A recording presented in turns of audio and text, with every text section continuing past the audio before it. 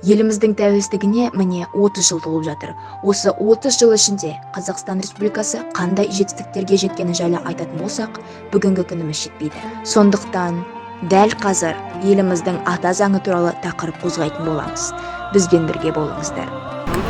Еліміздің ата заңы 1995 жылы 30 тамызда қабылданды. Жер бетінде қанша мемлекет болса, сонша заң мен дәстүр бар. Олардың ұқсастықтары мен айырмашылықтары да жетерлік. Бірі қызық болып жатса, енді біреулері ессіздік болып көрінеді. Ал сіз Қытайда балықтарға үйленуге болмайтыны жайлы білетін бе едіңіз? Біз Жамбыл облысы жаңғыру жолы жастар қозғалысы дәл осындай қызықты заңдармен бөлісетін боламыз. Аустралияда кенгурумен бірге шахмат ойнауға болмайды. Жапонияда мас адамдарға балмұздақ жеуге болмайды. Лондонда метрода үйлену тойын жасауға рұқсат берілмейді. Португалияда тышқандарды өлтіруге болмайды.